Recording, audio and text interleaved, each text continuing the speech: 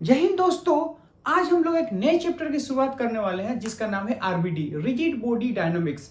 ये एक ऐसा चैप्टर है जिसमें जनरली जो स्टूडेंट होते हैं आईआईटी नीट या जेईई वाले का, हर आदमी को ये जो चैप्टर है वो बहुत टफ लगता है। इसका सबसे बड़ा रीजन ये है कि ये चैप्टर वाकई में बहुत टफ है ना। क्योंकि देखो, कहने को मतलब तो इंसान कुछ भी बोल सकता है, अगर टफ है तभी तो सबको टफ लगता है, जो इजी है वो तो सबको इजी लगेगा। तो जनरली क्या होता है, ये चीज थोड़ा सा टफ होता है। इसका सबसे बड़ा रीजन ये होता है क्योंकि इसका जो कंसेप्ट है ना, रिजिड बॉडी डायनामिक्स, ये सबका मिक्सचर होता है जिसमें एनएलएम भी आपको यूज होगा, सर्कुलर मोशन भी यूज होगा, सेंटर ऑफ मास भी होगा। यानी जितना कुछ हम लोग पढ़े हैं ना, 1D 2D, हर चीज को हम लोग क्या करेंगे, इसके अंदर यूज करेंगे। और किसी एक सिंगल क्वेश्चन के अंदर अगर हम देखें तो 3-4 कंसेप्ट एक साथ मिक्स करके आता है, और सबको अगर हम लोग हैंडल करना चाहें तो इसलिए हमारे क्या आता है, कॉम्प्लिकेटेड आता है। क्योंकि सारी चीज का कंसेप्ट अगर हमको पता होगा तभी तो हम सबको यूज कर पाएंगे। तो रिजिड बॉडी डायनामिक्स एक प्रकार का कॉम्प्लिकेटेड क्या हो जाता है, टॉपिक है, लेकिन इसको इजी बनाया जा सकता है। इसको इजी बनाने का सबसे सिंपल तरीका यही है कि इसको अप्रोच के हिसाब से पढ़ा जाए। यानी हर एक क्वेश्चन को देखा जाए तो हर एक क्वेश्चन को करने का एक वैरायटी होता है, यानी एक करने का मतलब एक प्रोसेस होता है। अगर हमें वो प्रोसेस पता है तो फिर हमारे लिए टफ नहीं है, लेकिन अगर हमें प्रोसेस पता नहीं है फिर हमारे लिए टफ लगेगा। तो हम लोग क्या करेंगे, अप्रोच पे ध्यान देंगे। हर एक चैप्टर को, हर एक कॉन्सेप्ट को, हर एक टॉपिक को कि जो क्वेश्चन होते हैं उसको किस तरह से डील करना है, अगर वो हमें आ गया ना, फिर ये चैप्टर आपके लिए बहुत इजी लगेगा। और हम तो आपको इजी करके बताएंगे ही बताएंगे, क्योंकि हमारा काम ही होता है एक तो नेक्स्ट लेवल पे लेके जाना, एक सबसे सिंप्लीफाई करके बताना। तो सबसे पहली बात है आरबीडी, रिजिड बॉडी डायनामिक्स में पढ़ने के लिए सबसे पहले हमें रिजिड बॉडी को पढ़ना पड़ेगा। What do you mean by the rigid body? देखिए, रिजिड बॉडी यानी जो बॉडी होता है ना, बॉडी मतलब ये जो होता है कि बहुत सारा वेरायटी का बॉडी हो सकता है। जैसे कि हमारे पास एक फॉर्म होता है, अगर फॉर्म देखे तो अगर चिपका दे वो चिपक जाता है ना। जैसे मान लो हमारे पास कोई क्या लेता है, हमारे पास कोई स्ट्रिंग होता है या कोई अगर देखे तो उसको हम लोग अगर घींचे तो क्या होता है, रबर वो तन जाता है ना। जैसे लोहा हमारा नहीं टनता है, जिस तरह रहता है उसी तरह रहता है। तो यहां से देखेंगे कि रिजिड बॉडी का मतलब ये होता है कि एक ऐसा बॉडी जिसका जो शेप होता है या साइज होता है वो कभी चेंज ना होता है ना। ये हमारे ये डे बाय डे लाइफ, यानी कहने का मतलब कि जो अगर बॉडी को अगर हम ऐसे चिपका दें या किसी तरह से दाबे तो वो दबे नहीं। जहां पे जो पार्टिकल वहीं पे वो क्या करे, रेस्ट पे हो, ना दबे ना कंप्रेस हो, कुछ भी ना, जिस तरह है उसी तरह रहता है। तो उसको बोलते हैं हम रिजिड बॉडी। लेकिन रिजिड बॉडी का जो सिंपल सा मीनिंग देखा जाए अपने पास कि जिन्वेली रिजिड बॉडी किसे कहते हैं, तो देखिए इसको हम लोग कैसे कहते हैं। सबसे पहली बात है कि बॉडी के लिए हम लोग क्या करेंगे, सपोज मान लेते हैं हमारे पास ऐसे कुछ एक बॉडी को कंसीडर कर लेते हैं। मान लेते हैं ये हमारे पास बॉडी है ना। अब हमारे पास ये बॉडी है, तो बॉडी बेसिकली क्या होता है, कलेक्शन ऑफ ए पार्टिकल, बहुत सारे पार्टिकल से मिलकर एक बॉडी बना होता है। तो अगर सपोज मान लेते हैं यहाँ पे अगर देखें तो ये हमारे पास है कोई बॉडी है। अब ये हमारे पास बॉडी है, तो बॉडी के अंदर बहुत सारे पार्टिकल रहते हैं, बहुत सारे पार्टिकल हैं। मान लेते हैं पार्टिकल M1 है, यहाँ पे देखेंगे तो यहाँ पे क्या होगा, M2 है, यहाँ पे M3 है ना, M4 है, यहाँ पे क्या M5 है, यहाँ पे देखेंगे क्या M6 है, यहाँ पे देखेंगे M7 है, यहाँ पे देखेंगे क्या होगा M8 है, यानी बहुत सारे पार्टिकल है। अब यहाँ से हम लोग ये चीज देखेंगे कि पार्टिकल तो हमारे पास है। अब यहां से हम बोलेंगे रिजिड बॉडी डायनामिक्स किसे बोलते हैं।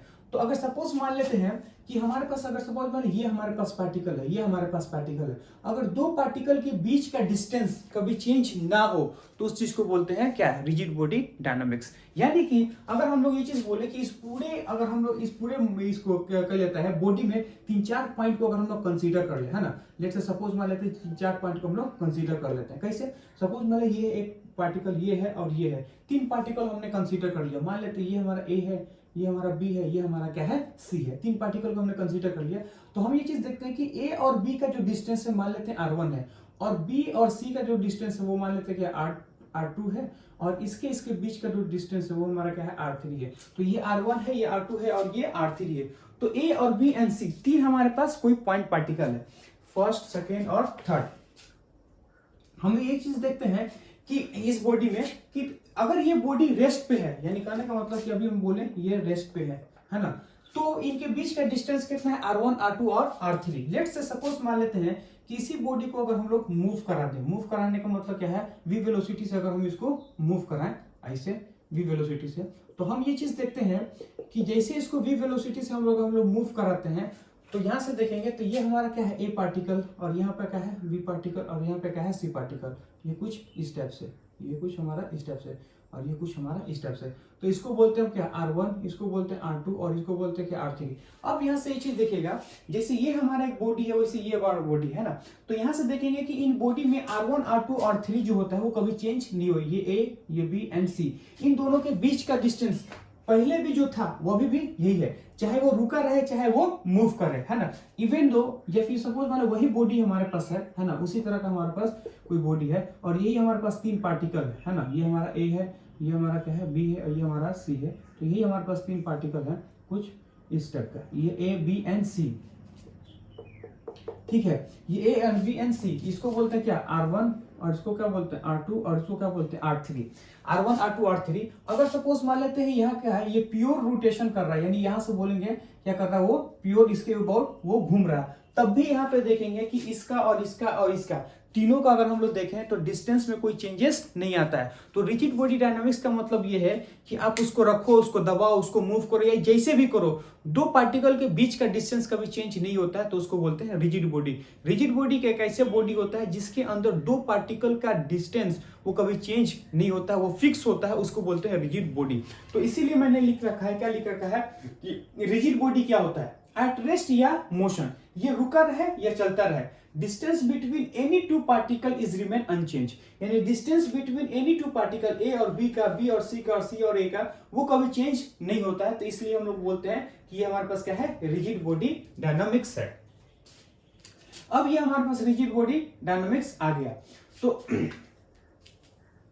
हम लोग ये चीज बोले कि आखिर इसका कंडीशन क्या है, रिजिड बॉडी डायनामिक्स का कंडीशन क्या है। तो मैं यहां से लिखूंगा क्या, मैथमेटिकली कंडीशन, मैथमेटिकल कंडीशन,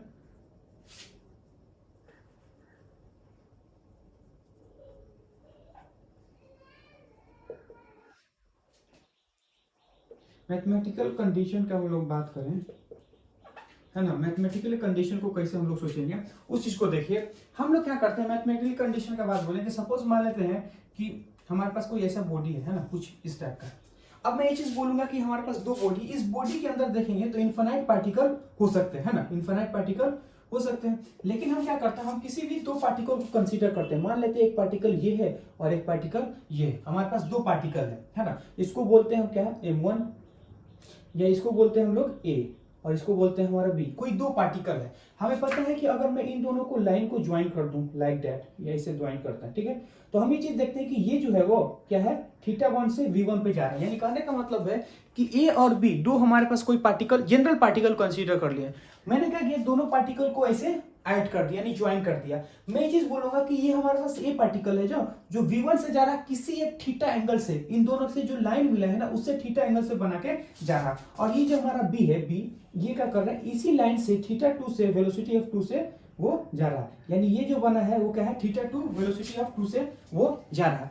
अब सबसे पहला क्वेश्चन ये है, क्या है कि इसका 2 कंपोनेंट कर दें, V1 और V2, V1 और V2 का 2 कंपोनेंट कर लो, है ना। उसके बाद से क्या करेंगे उस चीज को देखिए कि जैसे हम इसको कंपोनेंट करते हैं, यानी इसका कंपोनेंट हम लोग ब्रेक करते हैं, तो वो क्या होता है उस चीज को देखिए। होता ये है कि ये हमारे पास था A, ये हमारे पास था B, ये कुछ उनके लाइन ज्वाइनिंग है। अब मैं ये बोलूंगा इसका 2 कंपोनेंट कर लो, एक तो हम लोग इधर करेंगे, है ना, V1 cos θ1, और एक कंपोनेंट हम इधर करेंगे V1 sin θ1, और एक कंपोनेंट जो है हमारा वो होगा इस टाइप से, इधर है ना, ये वाला, इसका ये हमारे पास कुछ ऐसे था। अगर हमारे पास कुछ ऐसे है तो इसका क्या करेंगे, एक कंपोनेंट इधर कर लेंगे, तो ये हमारा क्या होगा, V2 cos θ2, और इधर बोलेंगे तो क्या होगा, V2 sin θ2। तो यहाँ से इस चीज देखिएगा कि ये हमारा कोई बॉडी है, जैसे ये हमारे पास बॉडी है, इस बॉडी का मैंने क्या किया कि 2 कंपोनेंट कर दिया। एक मैंने कंपोनेंट किया along the line joining 2 particle, ये हमारा A है और ये हमारा B है। तो जो लाइन A और B को ज्वाइन करता है ना उसके अलोंग हमने कंपोनेंट तोड़ दिया, और जो तो उसके परपेंडिकुलर हमने कंपोनेंट तोड़ दिया। अब कंडीशन क्या है कि for rigid body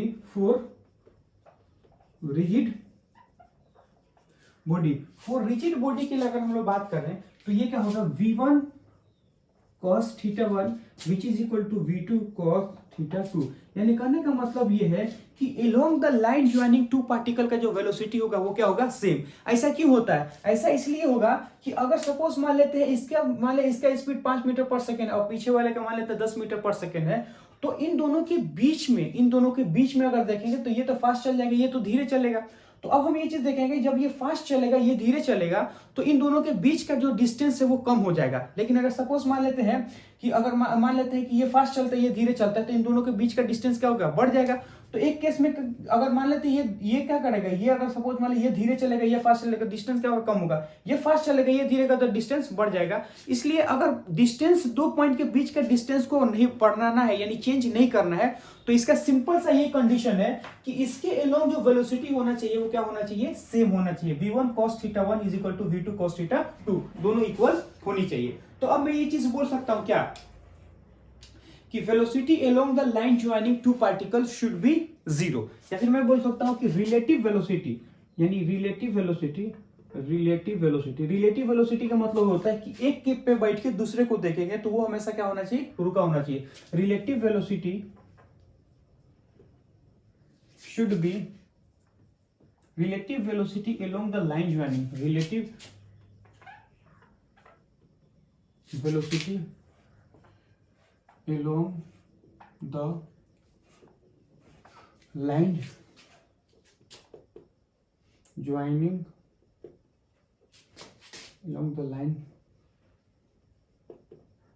joining, relative velocity along the line joining should be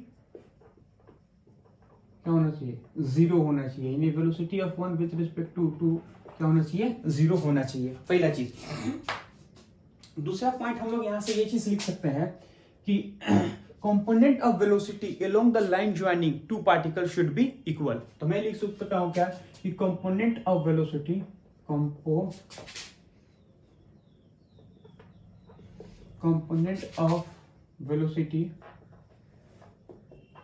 along the line joining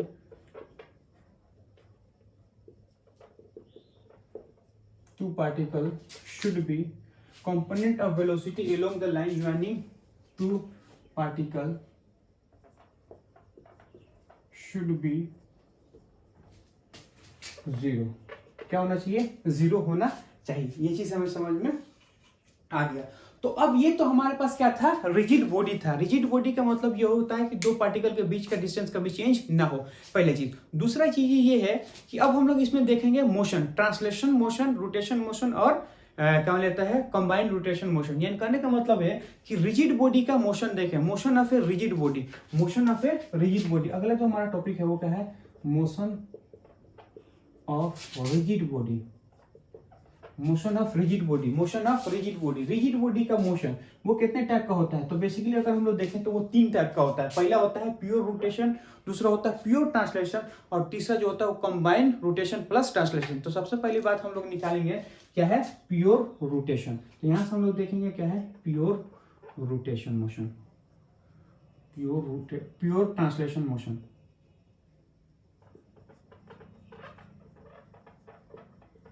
pure translation motion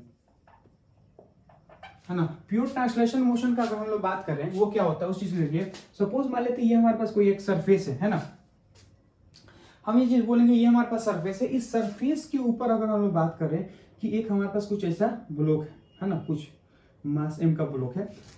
अब मैं बोलूंगा मान लेते हैं इसका वेलोसिटी क्या है, v वेलोसिटी, m मास का ब्लॉक है, v वेलोसिटी से ज्यादा। और यहां से देखेंगे कि एक इसी के ऊपर एक हमारा स्फीयर है जिसको बोलते हैं क्या, स्फीयर है ना। तो यहां देखेंगे, अब ये चीज बोलूंगा कि अगर सपोज मान लेते हैं कि ये हमारा जो स्फीयर है ना, ये वो भी v वेलोसिटी से जा रहा है, तो in case of A translation motion में क्या होता है कि हर एक पार्टिकल जो होता है वो v वेलोसिटी से चल जाए। मान लेते हैं इसमें कोई सा भी पार्टिकल हो है ना, यहाँ सपोज मान लेते हैं कि यहाँ पे एक पार्टिकल है, यहाँ से एक पार्टिकल है तो v वेलोसिटी से जाएगा है ना। यहाँ पे भी पार्टिकल है वो भी क्या होगा, v वेलोसिटी से जाएगा। यहाँ एक पार्टिकल है वो भी कितना जाएगा, v वेलोसिटी से जाएगा। इसका मतलब है कि इस पार्टिकल का हर एक पार्टिकल जो जाएगा v वेलोसिटी से जाएगा। जैसे यहाँ पे देखेंगे तो ये भी हमारे जो पार्टिकल है वो भी क्या होगा, v वेलोसिटी से, ये भी पार्टिकल v वेलोसिटी से, ये भी पार्टिकल v वेलोसिटी से, ये भी पार्टिकल क्या होगा, v वेलोसिटी से। यानी every particle move with same velocity से मूव करेगा। तो यहाँ से एक चीज देखते हैं कि सारे के सारे पार्टिकल क्या होता है, सेम वेलोसिटी से मूव करेंगे, पहला चीज। दूसरा चीज ये होता है, ट्रांसलेशन का मतलब ये होता है कि सारे पार्टिकल का मोशन क्या होना चाहिए, सेम होना चाहिए। अब यहाँ पे देखिएगा, एक सपोज मान लेते एक हमारे पास एक कोई बॉडी है, ये वाला हमारे पास बॉडी है ना, मान लेते ये क्या एम बॉडी है। अब मैं बोलूंगा कि एम बॉडी के ऊपर अगर सपोज मान लेते 3 पार्टिकल को कंसीडर कर लो, है ना, 1 2 3, 1 2 एंड 3। अब मैं क्या बोलूंगा, इस पार्टिकल को क्या कर ऐसे हम लोग लेके जा रहे हैं, ये ऐसे था, ऐसे हम लोग लेके गए। यानी कहने का मतलब ये है कि इसका अगर हम लोग मोशन देखें तो कुछ ऐसे जाता है, कुछ ऐसे जाता है, वो कुछ ऐसे जाता है। तो यहां से देखिएगा कि ये वाला जो मोशन है ना, ये वाला मोशन, ये भी हमारा क्या है, ट्रांसलेशन मोशन है। जैसे ये तो सीधा जा रहा, अगर वो सीधा जा रहा तो हमको समझ में आ रहा है कि सीधा जाएगा तो क्या ट्रांसलेशन मोशन है, लेकिन ये भी हमारे पास एक क्या है, ट्रांसलेशन मोशन है ना। इसको भी हम लोग क्या बोलेंगे, ट्रांसलेशन मोशन ही बोलेंगे। कि मान लेते ये हमारे पास एक बॉडी है, तो यहां से हम लोग देखना चाहेंगे तो ये भी हमारे पास क्या होगा, एक प्रकार से ट्रांसलेशन मोशन है। ये भी हमारे पास क्या है, ट्रांसलेशन मोशन है। यानी कहने का मतलब ये है कि इसका भी देखेंगे तो पार्टिकल जो है वो सेम वेलोसिटी से सेम तरह से क्या करेगा, मूव करेगा, है ना। ये तो कुछ ऐसे था, ऐसे, है ना, ऐसे। तो यहां से देखेंगे कि हर एक पार्टिकल जो होता है वो क्या करता है, सेम वेलोसिटी से मूव करता है। यानी अगर मैं बोलूँ इसका जो ट्रैजेक्टरी होगा, इसका जो ट्रैजेक्टरी होगा वो क्या करेगा, सेम होगा। इसका जो ट्रैजेक्टरी होगा वो क्या होगा, सेम होता है, सेम ट्रेजेक्टरी से क्या करे, मूव करेगा। तो अब मैं यहां से क्या लिखूंगा कि इसका मतलब क्या होता है कि इन ट्रांसलेशन मोशन, सबसे पहली बात है मैं क्या लिख रहा हूं उसी को ध्यान दीजिएगा कि इन ट्रांसलेशन मोशन, मैं क्या लिख रहा हूं उसी को देखें, in translation motion, in translation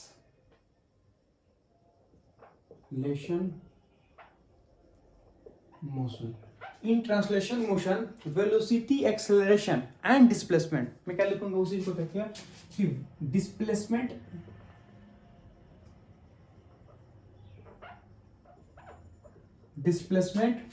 है ना, velocity, displacement, velocity, acceleration, displacement, velocity, acceleration and trajectory of motion, trajectory of each, trajectory of motion of each particle is same.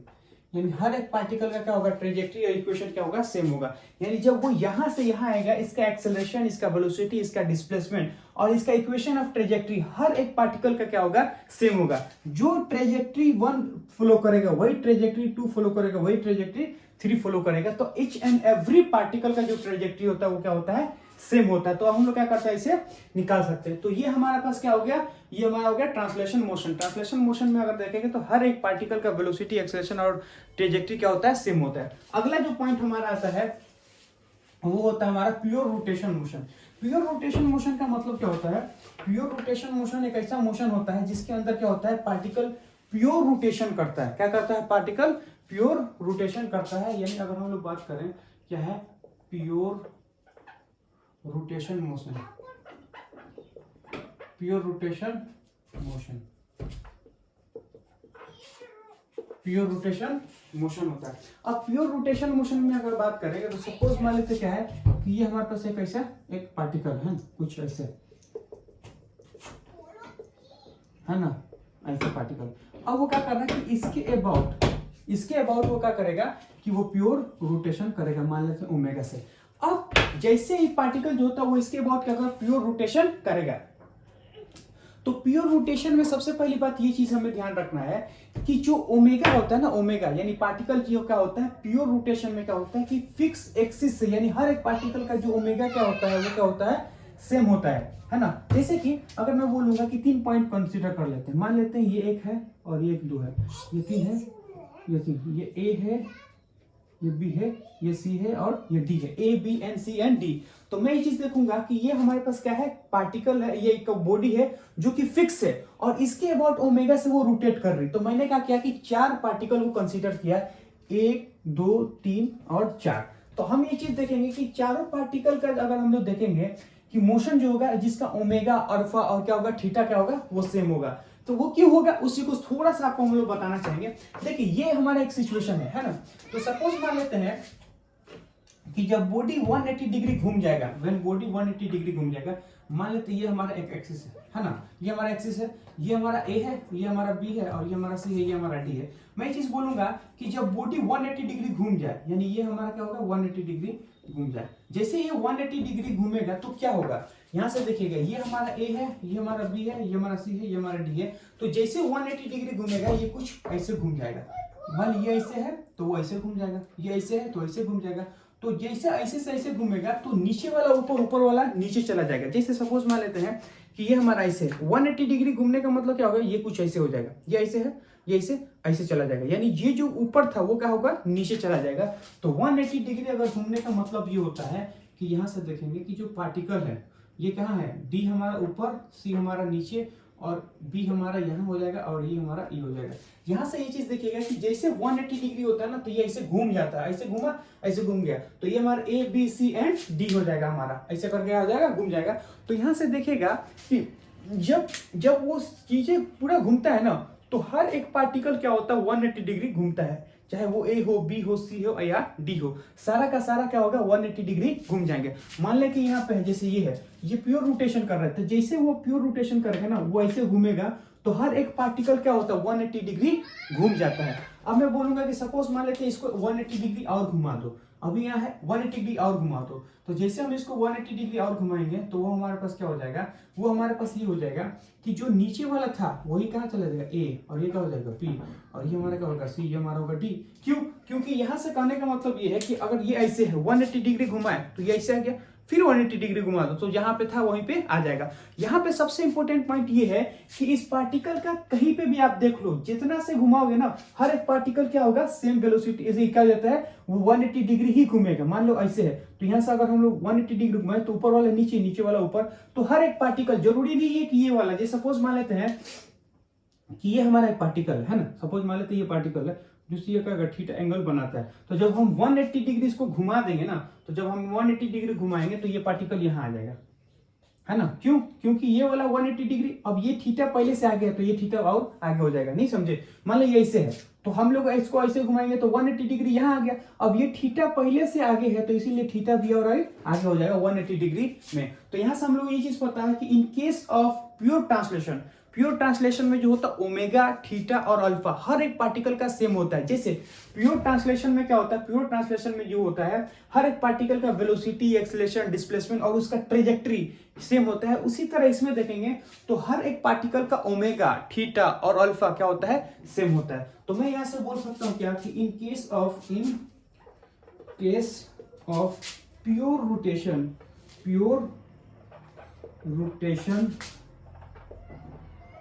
Motion, in case of pure rotation motion, theta है ना, theta मतलब क्या होता है angle, है ना, omega and alpha same for all particle, same for all particle, same for all particle, same for all particle. हर एक पार्टिकल का क्या होगा थीटा, ओमेगा एंड अल्फा क्या होगा सेम होगा। तो यहां से हम लोग बोल सकते हैं this is A rotation motion. अब हमारे पास क्या होता है, अब हमारे पास अगर देखें तो एक और मोशन होता है जिस चीज को हम लोग बोलते हैं क्या, कंबाइंड रोटेशन मोशन। ऐसे देखा जाए कंबाइंड रोटेशन मोशन को हम लोग सेपरेट पढ़ने वाले हैं जब हम लोग पढ़ेंगे, लेकिन फिर भी उसका थोड़ा सा इंट्रोडक्शन आपको हम लोग देते हैं कि कंबाइंड रोटेशन मोशन क्या होता है। देखिए कंबाइंड रोटेशन मोशन क्या होता है, एक ऐसा मोशन जो कि ट्रांसलेट भी करता हो और फिर रोटेशन भी करता हो। तो यहां से लिखेंगे क्या कि कंबाइंड मोशन, है ना, तो मैं लिखूंगा क्या combined motion, combined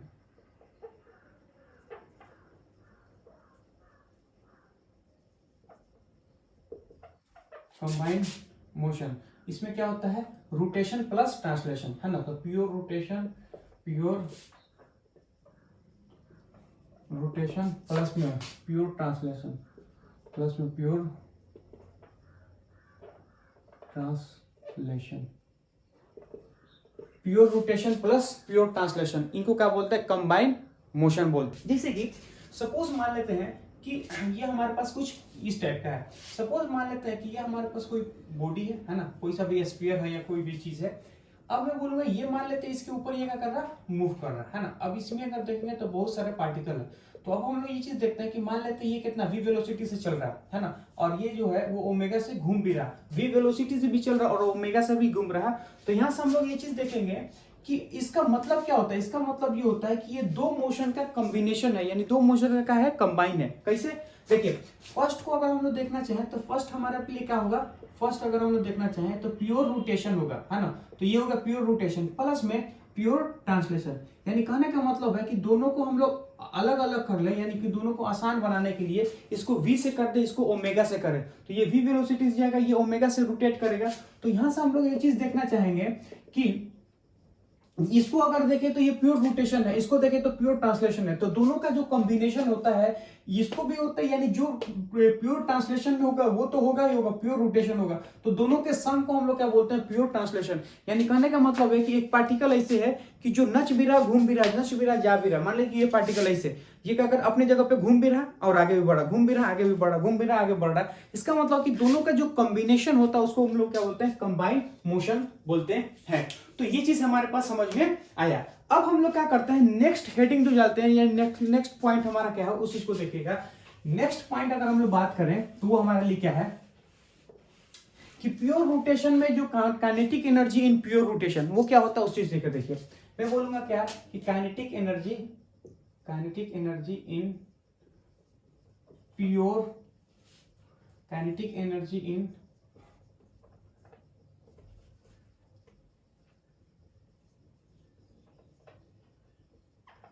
pure translation, kinetic energy in pure rotation.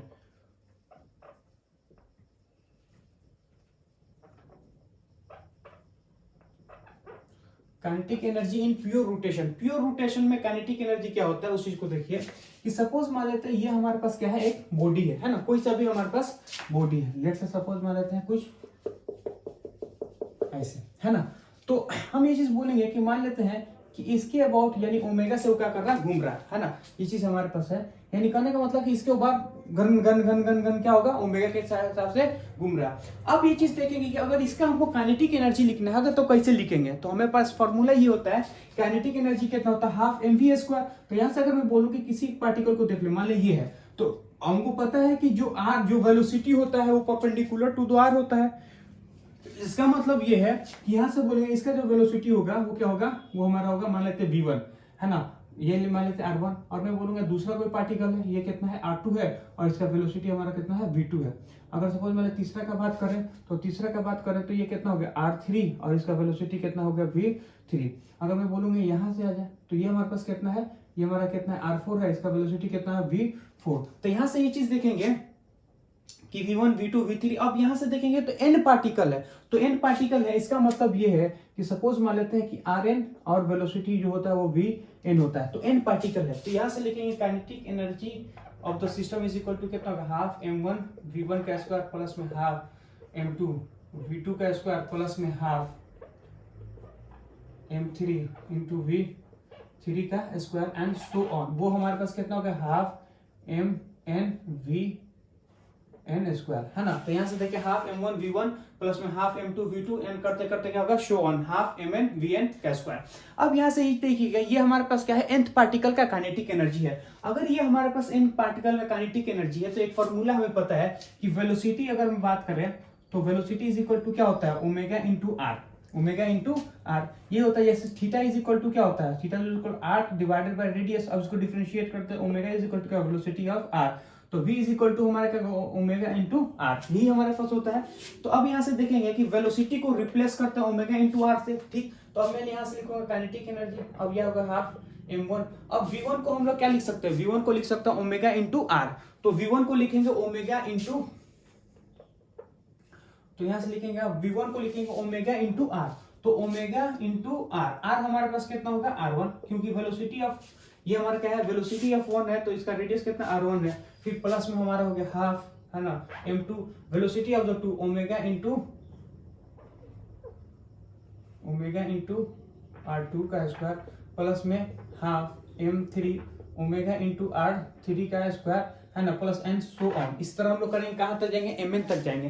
तो यहाँ से क्या होगा, हाफ, है ना, तो m3 एम एन, है ना, M N velocity omega into R N का स्क्वायर। तो यहाँ से चीज देखें, अब हमें पता है कि कोई भी रोटेशन जो होता है वो प्योर रोटेशन करता है तो उसका ओमेगा क्या होता है, सेम होता है। तो हम लोग क्या करते हैं, ओमेगा को बाहर निकाल लेते हैं। तो यहाँ से हम लोग देखेंगे कि kinetic energy is equal to, अगर बोलेंगे हाफ, सब में हाफ कॉमन और ओमेगा स्क्वायर कॉमन। अब हमारे पास बच क्या जाता है, तो हमारे पास बचता है m1, है ना, r1 का स्क्वायर, है ना, m1 r1 का स्क्वायर। क्यों, इसका स्क्वायर प्लस इसका स्क्वायर, तो इसका स्क्वायर है बाहर निकल जाएगा। तो यहाँ से क्या होगा, m1 r1 स्क्वायर, फिर प्लस में हमारा होगा वो क्या होगा, m2 r2 स्क्वायर, फिर हमारा क्या होगा m3, है ना, r3 एंड सो ऑन। कहाँ तक जाएगा, वो जाएगा mn rn स्क्वायर, है ना। यहाँ से हम लोग क्या करते जाएंगे। अब ये चीज हमें समझ में आता है क्या है, उस चीज को देखिए। हम लोग ये चीज लिखते हैं कि काइनेटिक एनर्जी अगर बात करें तो हाफ ओमेगा स्क्वायर, इसको हम लोग लिख सकते हैं क्या, समेशन ऑफ m1 r1 का स्क्वायर। तो यहाँ से अगर सारे चीज को अगर हम लोग जोड़ देंगे तो यहाँ से लिखे क्या होगा, m1 mn, है ना, rn का स्क्वायर। अब यहाँ पे ये जो चीज होता है ना, तो इसको बोलते हैं क्या, मोमेंट ऑफ इनर्शिया। यानी कहने का मतलब mn rn का जो स्क्वायर होता है उसको हम लोग बोलते हैं मोमेंट ऑफ इनर्शिया। तो moment of inertia about any an axis, या इस एक्सिस के अबाउट, वो हमारे पास क्या होगा, वो होगा हमारे पास mn rn का स्क्वायर। तो यहां से देखेंगे क्या है कि moment of inertia is equal to क्या होगा, समेशन ऑफ mn rn का स्क्वायर। अब इसका जनरल मीनिंग क्या है, तो इसको बोलते हैं मोमेंट ऑफ इनर्शिया। यानी आई को अगर हम लोग बोलना चाहें, आई हमारे पास क्या होता है, तो आई को हम लोग बोलेंगे क्या, इसको बोलते हैं moment of inertia, moment of inertia, है ना, आई को बोलते हैं moment of inertia, moment of inertia, है ना। उसके बाद से क्या है, ये हो गया मोमेंट ऑफ इनर्शिया। ये हमारा क्या होता है, mn। अगर mn का बात करें तो mn क्या होता है, एनी पार्टिकल, है ना, कोई सा भी nth पार्टिकल हो सकता है। तो मैं लिखूंगा क्या कि any particle of mass m, है ना। तो मैं बोलूंगा क्या, एनी पार्टिकल, कोई सा भी particle, any particle of mass m, है ना, any particle of mass m, किसी भी पार्टिकल जिसका मास क्या है, m है। अब मैं यहां से लिखूंगी rn क्या है, rn का अगर हम लोग बात करें क्या होता है, तो डिस्टेंस, है ना, perpendicular distance of m1 from the axis. यानी कहने का मतलब है कि m हमारे पास क्या है, perpendicular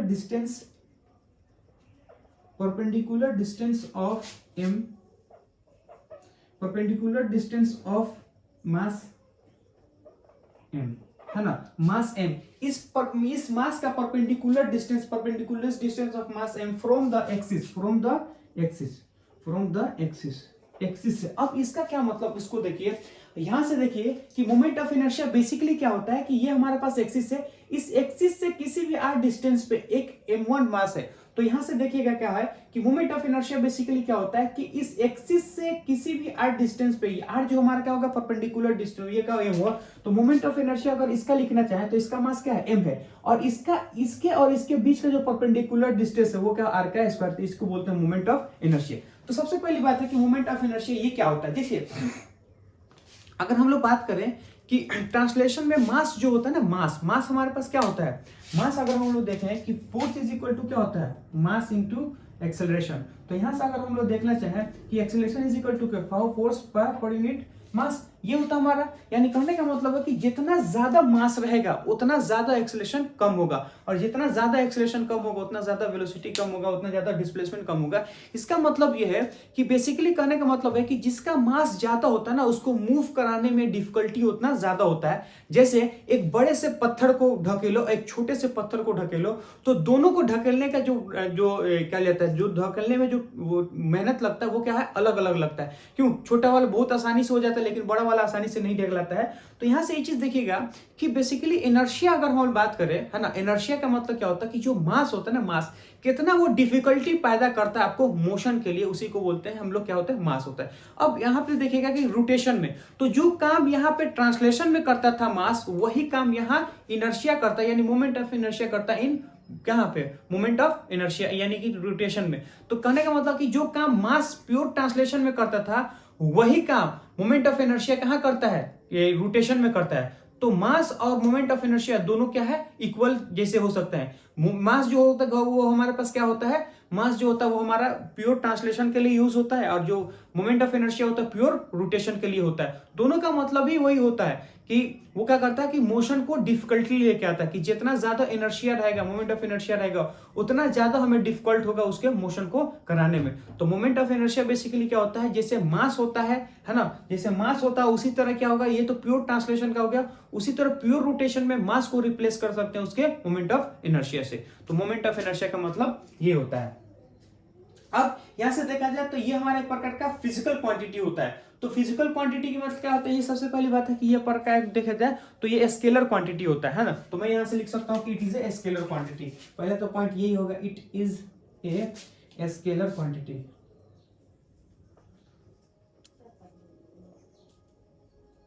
it is a scalar quantity, है ना, पहला बात। दूसरा बात यहां से अगर हम लोग बोलना चाहें कि इसका एसआई यूनिट जो होता है, एसआई यूनिट जो होगा हमारा, वो हमारा क्या होता है, एसआई यूनिट अगर हम लोग देखें, मोमेंट ऑफ इनर्शिया बेसिकली क्या होता है, मास यानी केजी, है ना, क्या होगा, KG metre square, KG metre square. तो ये हमारा क्या होता है, इसका मोमेंट ऑफ इनर्शिया। अब मोमेंट ऑफ इनर्शिया जो होता है अगर हम लोग देखना चाहें तो moment of inertia of a particle, particle का मोमेंट ऑफ इनर्शिया कैसे लिखते हैं उस चीज को समझने की कोशिश कीजिएगा कि moment of inertia of a particle. तो आपके सामने हमने लिखना चाह रहे हैं कि moment of inertia of a particle. Moment of inertia of a particle का क्या मतलब है उस चीज को देखिए कि moment of inertia of a particle, है ना, moment of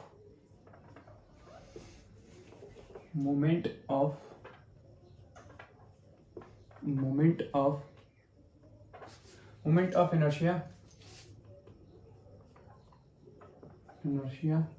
of a particle,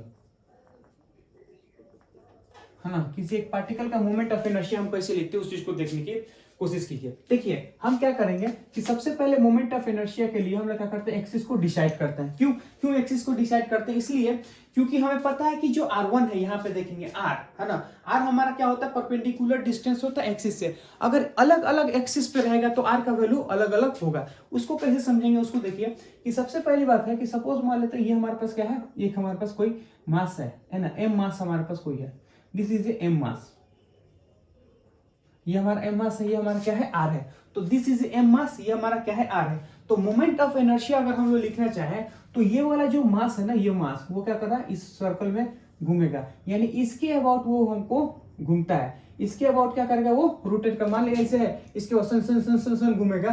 तो इसका जो मोमेंट ऑफ इनर्शिया अगर हम लोग देखना चाहें तो इसका मोमेंट ऑफ इनर्शिया अगर बात करें तो I is equal to M R का स्क्वायर, यानी moment of inertia is equal to mass into R का square. This is a moment of inertia.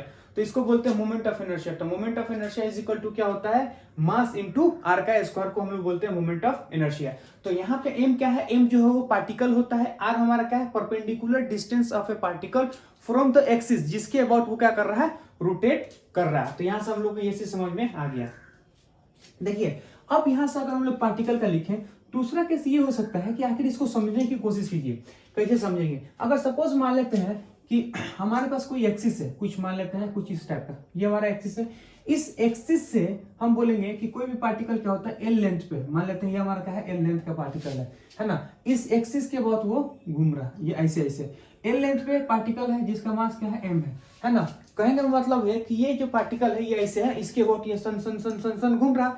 अब कहने का मतलब कि ऐसे ऐसे घूम रहा, तो ये जो है जो पार्टिकल है एल लेंथ पे एम मास का पार्टिकल है, एल लेंथ पे एम मास का पार्टिकल है, वो इसके अबाउट घूम रहा। तो इसका अगर मोमेंट ऑफ इनर्शिया निकालना होगा, अगर उन्होंने बोला है कि लेट्स सपोज मान लेते ठीक है, तो इसका मोमेंट ऑफ इनर्शिया अगर हमको निकालना होगा तो कैसे निकालेंगे। तो इसका मोमेंट ऑफ इनर्शिया निकालने के लिए हमारा क्या करना है, हमें बेसिक फार्मूला अप्लाई करना है, यानी I इज इक्वल टू हमारा क्या होता है, मास, है ना। तो मास हमारा कितना है, m है।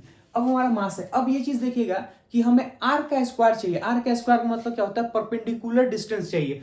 तो इस मास का परपेंडिकुलर डिस्टेंस चाहिए, तो इस मास का परपेंडिकुलर देखेंगे तो ये हमारा होगा ये this is A perpendicular distance of A mass from the axis. तो ये हमारा होगा r। तो अगर हम लोग लिखना चाहें कि sine theta is equal to क्या होता है, r बाई एल। तो r इज इक्वल टू अगर हम लोग लिखना चाहें तो वो हमारा क्या होगा, l, है ना, साइन थीटा। तो अगर हम लोग देखेंगे मोमेंट ऑफ इनर्शिया इसका लिखना होगा तो यहां से क्या होगा, l साइन थीटा। तो I इज इक्वल टू अगर बोले m l स्क्वायर है ना, साइन स्क्वायर थीटा। तो यहाँ से देखेंगे मोमेंट ऑफ इनर्शिया कितना होगा, ml स्क्वायर साइन थीटा। तो यहाँ से ये चीज देखेंगे कि इसका परपेंडिकुलर डिस्टेंस कितना है, हमें उससे मतलब होता है। जैसे कि अगर मैं बोलूंगा एक और ले ले कि सपोज मान लेते ऐसा हमारा कोई एक्सिस है, कुछ इस तरफ का एक्सिस है, और जो पार्टिकल है ना वो कुछ यहाँ है एल लेंथ पे, और एम मास का पार्टिकल है कुछ थीटा पे, है ना। इसके बाद वो घूम रहा, इसके वसन संग घूम रहा। तो अगर तुमसे पूछा जाए कि इसका मोमेंट ऑफ इनर्शिया कितना होगा, तो इसका मोमेंट ऑफ इनर्शिया कैसे निकालेंगे, तो बेसिक में बात करेंगे तो moment of inertia is equal to क्या, तो मास इनटू इसका परपेंडिकुलर डिस्टेंस। तो परपेंडिकुलर डिस्टेंस हमारा निकलेगा कैसे, उस चीज को देखिए। तो हम क्या करेंगे, इसके ऊपर एक परपेंडिकुलर ऐसे डाल देंगे, ऐसे डाल दिए, ये हमारा परपेंडिकुलर। इसका मतलब कि एक्सिस से परपेंडिकुलर डिस्टेंस ये मान लेते हैं r। तो यहां से देखेंगे कि sine theta is equal to हमारे पास क्या होगा, sine theta is equal to r by L. तो r इज इक्वल टू हमारा क्या, l sine theta.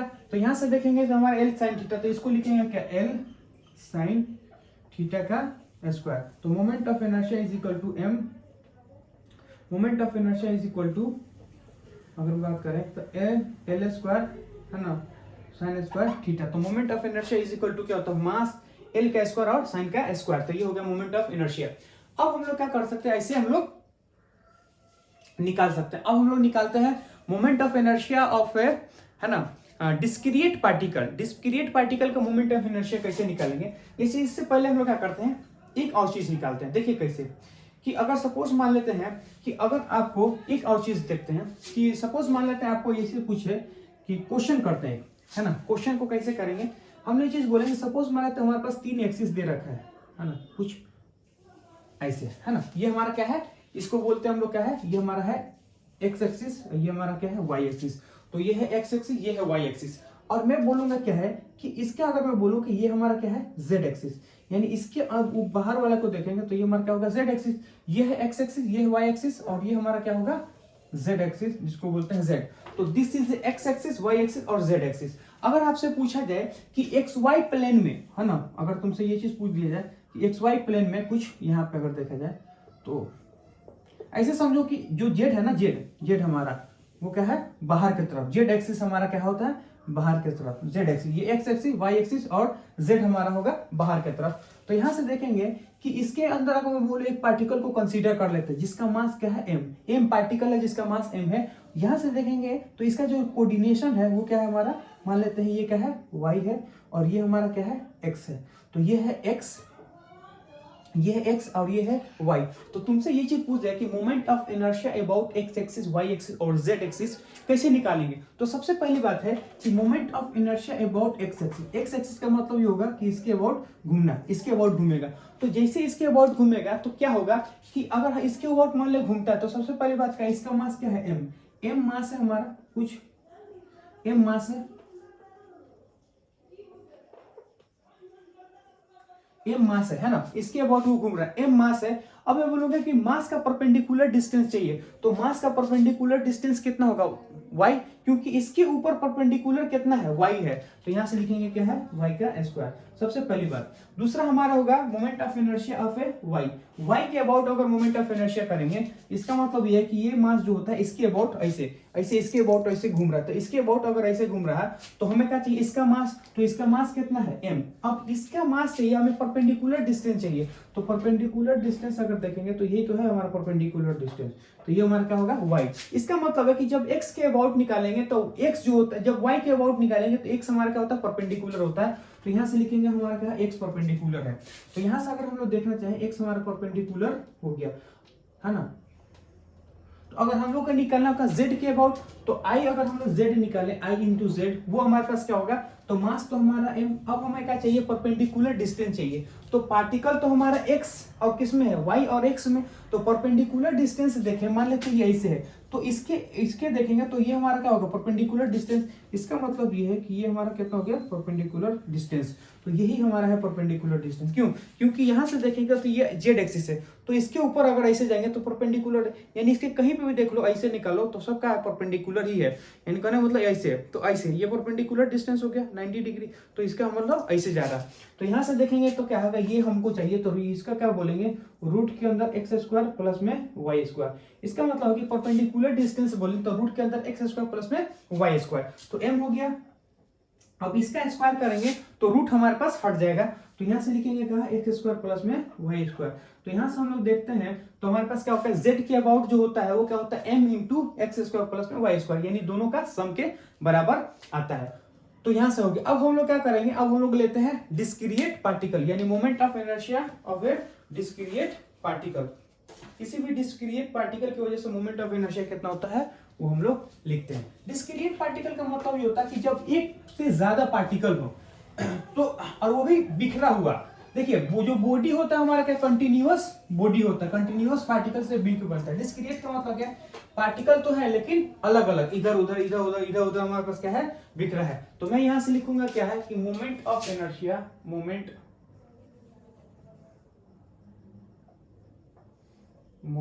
Of inertia, moment of inertia है ना, मोमेंट ऑफ इनर्शिया ऑफ ए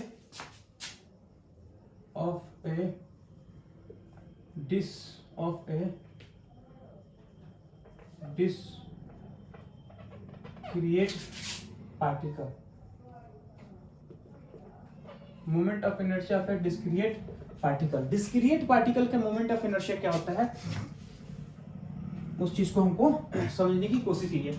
देखिए हम क्या करते हैं कि डिस्क्रिएट का मतलब ये हो गया कि सपोज मान लेते हैं कि हम एक एक्सिस को कंसीडर कर लेते हैं, ये हमारा एक्सिस है ना। अब इस एक्सिस के अगर हम लोग देखें, सपोज मान लेते हैं एक पार्टिकल हमारा यहाँ है, तो इस पार्टिकल का मास क्या है m1 और ये कितना r1 डिस्टेंस पे है ना। उसके बाद से अगर मैं बोलूँ कि सपोज मान लेते हैं एक और पार्टिकल है जो कि यहाँ है, इसका क्या है m2 है और ये क्या हो r2 है ना। अगर मैं बोलूंगा कि इसके पीछे की तरफ आ जाओ, यहाँ पे आ जाओ, तो यहाँ पे अगर हम लोग आएंगे तो ऐसे मान लो यहाँ आ गया है ना, तो यहाँ पे आएंगे तो ये हमारा क्या होगा m3 r3 है ना। यहाँ से देखेंगे, उसके बाद से देखेंगे ये हमारा पार्टिकल है m4 r4। यहाँ से अगर हम लोग इधर आ जाए तो यहाँ से देखेंगे तो क्या m5 और r5। तो यहाँ से देखें हम लोग बहुत सारे पार्टिकल हो सकते हैं, यानी इन्फिनाइट पार्टिकल हो सकते हैं, हम कुछ इतने ही पार्टिकल को कंसीडर कर रहे हैं। तो अगर इसका मोमेंट ऑफ इनर्शिया हमें लिखना होगा तो हम कैसे लिखेंगे, तो देखिए इसका मोमेंट ऑफ इनर्शिया हम लोग कैसे लिखते हैं। तो moment of inertia of A system, पूरे सिस्टम का मोमेंट ऑफ इनर्शिया है ना, moment of inertia of A system, उसका क्या होगा। तो यहाँ देखेंगे m1 मास r1 डिस्टेंस पे है, तो यहाँ से देखेंगे क्या होगा कि m1 मास है r1 डिस्टेंस, m1 मास है r1 डिस्टेंस प्लस में है ना m2 इंटू r2 प्लस में कितना होगा m3 इंटू m2 और r2 का स्क्वायर, एंड ये हमारा हो गया। तो किसका हो गया m1 r1 प्लस में m2 r2 m3 r3 है ना। उसके बाद हो गया m4 r4। तो r अगर हम बात करें तो क्या होगा 0 हो गया है ना। यहाँ से देखें m1 हो गया, m2 हो गया, m3 हो गया, m4 हमारा क्या है उसका डिस्टेंस 0 है, क्यों परपेंडिकुलर डिस्टेंस एक्सिस पे है, अगर वो एक्सिस पे है तो r 0 है तो वहां पे r 0 हो गया। फिर यहाँ से लिखना चाहेंगे प्लस, तो प्लस अगर लिखना चाहेंगे तो इसका मास हमारे पास कितना है, मास है हमारा m5 है ना, मास हमारा m5 और इसका डिस्टेंस कितना हो गया r2 का डिस्टेंस। तो यहाँ से अगर हम लोग देखें तो r5 का डिस्टेंस, r5 का डिस्टेंस, तो हमारे पास मोमेंट ऑफ इनर्शिया अगर सिस्टम का बात करेंगे तो moments of inertia of system लिखेंगे m1 r1 का स्क्वायर प्लस में m2 r2 का स्क्वायर प्लस में कितना होगा m3 r3 and m5 r5 का स्क्वायर। तो ये चीज हमें पता चल गया। ये हो गया moment of inertia of A discrete particle. अब इसके ऊपर क्वेश्चन करते हैं, किस टाइप का क्वेश्चन पूछता है उस चीज को देखिए। क्वेश्चन किस टाइप का पूछेगा, तो क्वेश्चन का अगर हम लोग बात करें, सपोज मान लेते हैं क्वेश्चन का बात कि हमारे पास कुछ इस टाइप का है ना, कि ये और ये और ये हमारे पास कोई सा भी स्क्वायर प्लेट है ना, ये हमारे पास कोई ऐसा स्क्वायर प्लेट है। स्क्वायर प्लेट का मतलब ये हो गया L, ये L और ये L है ना। यहाँ पे मान लेते हैं कि M मास है, M यहाँ पे भी M और ये भी M और ये भी M, चार ठो M है और सब का सब क्या है वर्टेक्स पे रखा हुआ। अब यहाँ से ये चीज देखिएगा कि यहां से बोले तो ये हमारे पास क्या है कुछ ऐसे एक्सिस और कुछ ये एक एक्सिस है ना। इसके अबाउट और तुमसे पूछा जाए कि इसके about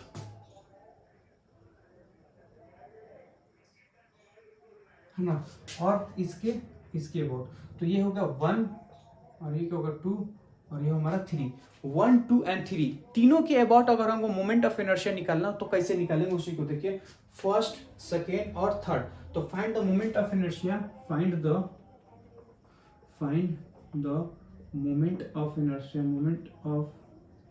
inertia, find the moment of inertia, है ना, about shown axis, इस एक्सिस के अबाउट कौन कौन सा है, 1 2 एंड 3 है ना, तीनों के एक्सिस के अबाउट निकालना है। तो कैसे निकालेंगे, तो देखिए डिस्क्रीट पार्टिकल का मतलब क्या होता है, अलग अलग पार्टिकल का मोमेंट ऑफ इनर्शिया निकालो और उसको ऐड कर दो। क्यों, क्योंकि यहाँ पे स्केलर क्वांटिटी इधर हो से कोई फर्क नहीं पड़ता है। तो सबसे पहली बात है कि हम लोग क्या करते हैं, फर्स्ट एक्सिस के अबाउट निकालते हैं। तो moment of inertia about first axis, first axis की अगर बात करें तो हम लोग क्या करेंगे, अलग अलग निकालना है, ठीक है। जब हम इसका बात करेंगे तो इन सारे को भूल जाएंगे, तो सिर्फ हमारा सिर्फ कंसिडर ये है, यानी सिर्फ हम m1 का बात करें, बाकी सब हमको पता नहीं है। तो m1 का बात करें तो m1 का अगर मोमेंट ऑफ इनर्शिया लिखेंगे तो उसका मास क्या है, m है, और इससे वो कितने डिस्टेंस पे है, इससे वो कितने डिस्टेंस है, तो वो क्या है, l/2 डिस्टेंस पे है ना। तो मास क्या है, m, और कितने डिस्टेंस है, l/2 डिस्टेंस पे है। तो हम लोग लिखेंगे क्या होगा, l/2 डिस्टेंस पे है ना। उसके बाद से क्या है, ये वाला और ये वाला देखा जाए तो क्या होगा, सेम होगा। क्यों, क्योंकि एक्सिस से इसका मास क्या है, m है, और कितना डिस्टेंस पे है, l/2 डिस्टेंस पे। ये भी एक्सिस से कितना है, m मास है, l/2 डिस्टेंस। ये भी एक्सिस से कितना, m मास है, l/2 डिस्टेंस। ये भी m मास है, l/2 डिस्टेंस है। इसका मतलब ये है कि हम क्या करेंगे, 4 से मल्टीप्लाई कर देंगे, तो ये हमारे पास कितना है, ml² आ जाएगा। तो यहाँ से अगर हम लोग देखना चाहें तो हमारे पास जो फॉर्मूला आ रहा है वो हमारे पास कितना होगा, ml²। क्यों, इसलिए क्योंकि यहाँ से देखेंगे चारों का चारों क्या है, आइडेंटिकल है, यानी आइडेंटिकल का मतलब कि मास सेम है और डिस्टेंस सेम है। तो हम यहाँ से बोल सकते हैं मोमेंट ऑफ इनर्शिया को होगा ml²। तो ये होगा फर्स्ट एक्सिस। अगर मैं बोलूंगा क्या सेकेंड एक्सिस के अबाउट निकालना, तो सेकेंड एक्सिस हमारा कौन है, सेकेंड एक्सिस हमारा ये है। अब इसके अबाउट हम लोग कैसे निकालेंगे, तो सबसे पहली बात है कि ये दो जो मास है, ये दो जो मास है वो क्या हो रहा है हमारा, ये जो दो मास है वो एक्सिस पे ही पड़ जा रहा है। अगर मास हमारा एक्सिस पे पड़ गया तो उसका मोमेंट ऑफ इनर्शिया कितना हो गया, 0। ये वाली जो मास है ना, ये वाला जो मास वो इसी एक्सिस पे पड़ जाएगा। अगर वो इसी एक्सिस पे पड़ जाएगा तो इसका मोमेंट ऑफ इनर्शिया कितना हो जाएगा, 0 हो जाएगा। तो हमें मोमेंट ऑफ इनर्शिया क्या करना है, दो चीज का निकालना है, एक इसका और एक इसका, दो का मोमेंट ऑफ इनर्शिया निकालना है। कैसे निकालेंगे, तो मोमेंट ऑफ इनर्शिया बेसिकली क्या होता है, मास और परपेंडिकुलर डिस्टेंस। तो मास हमारा कौन है, तो मास हमारा ये, तो यहां से देखेंगे क्या है हमारा, ये ऐसे कुछ डडान डडान डडान ये है, तो ये है मास, इसका परपेंडिकुलर डिस्टेंस, तो ये परपेंडिकुलर डिस्टेंस, ये हम लोग कैसे निकालेंगे उस चीज को देखिए। तो हम लोग अगर देखना चाहें, ये हमारा क्या था, l/2, ये भी हमारा l/2, अरे है कि नहीं है, यहां से देखिए ये भी l/2, ये भी l/2, तो ये हमें निकालना, तो वो कितना होगा, रूट के अंदर l/2 का स्क्वायर है ना, प्लस में l/2 का स्क्वायर। तो यहां से हम लोग देखना चाहें तो हमारे पास कितना हो जाएगा, तो यहां से देखें l/2 √2, तो यहां से अगर हम लोग काट देंगे तो l/√2। इसका मतलब ये है कि ये वाला जो डिस्टेंस है वो कितना, l/√2। तो अब हम इसे बोले कि ये और ये तो 0 हो गया, इसका और इसका 0 होगा, और ये दोनों क्या हमारे लिए आइडेंटिकल है, क्योंकि इतना दूर ये जितना दूर है उतना ही दूर ये है। तो यहां से अगर हम लोग देखना चाहें तो यहां से क्या लिखेंगे, मास इंटू l/√2 का स्क्वायर इंटू 2। तो यहां से देखेंगे क्या है, मास है m, l² क्या होगा 2 इंटू 2, तो ये हमारा कट गया, तो वो कितना होगा ml²। तो यहां से अगर देखना चाहे तो मोमेंट ऑफ इनर्शिया जो कितना होगा, मास इंटू l² हो जाएगा हमारी, ये मोमेंट ऑफ इनर्शिया। अब हम क्या करते हैं, नेक्स्ट क्वेश्चन लेते हैं, उसको देखने की कोशिश कीजिए। देखिए नेक्स्ट क्वेश्चन क्या है हमारे पास, नेक्स्ट क्वेश्चन ये बोलता है कि यहाँ पे नेक्स्ट क्वेश्चन लेते हैं, है ना। देखिए एक एक क्वेश्चन को हम लोग क्या करते हैं, वैरायटी, जितना भी वैरायटी का क्वेश्चन होगा ना, हर एक वैरायटी को क्या कर अलग अलग हम लोग निकाल के कर सकते हैं, है ना। तो ये तो हमारा हो गया एक पार्ट, एक चीज। अब जो दूसरा होता है उसको देखने की कोशिश कीजिए कि अगर आपसे ये चीज पूछ दे कि अगर आपसे बोले कि ये हमारे पास कुछ ऐसे है, ये हमारा ट्रायंगल है,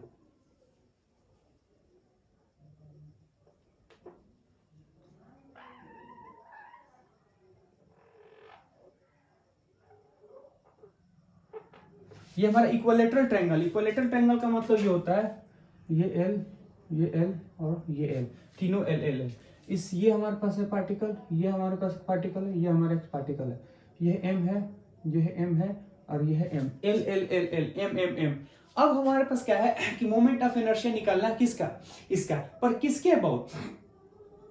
तो हम लोग ये चीज देखेंगे कि सपोज मान कि दो एक्सिस को कंसीडर कर लेते हैं, एक ये एक्सिस, एक ये एक्सिस, पहला चीज। जो दूसरा एक्सिस होगा कि इस प्लेन के परपेंडिकुलर होगा, यानी कहने का मतलब ये है कि अगर जो दूसरा एक्सिस बनाना चाहे तो ये कुछ हो जाएगा, है ना।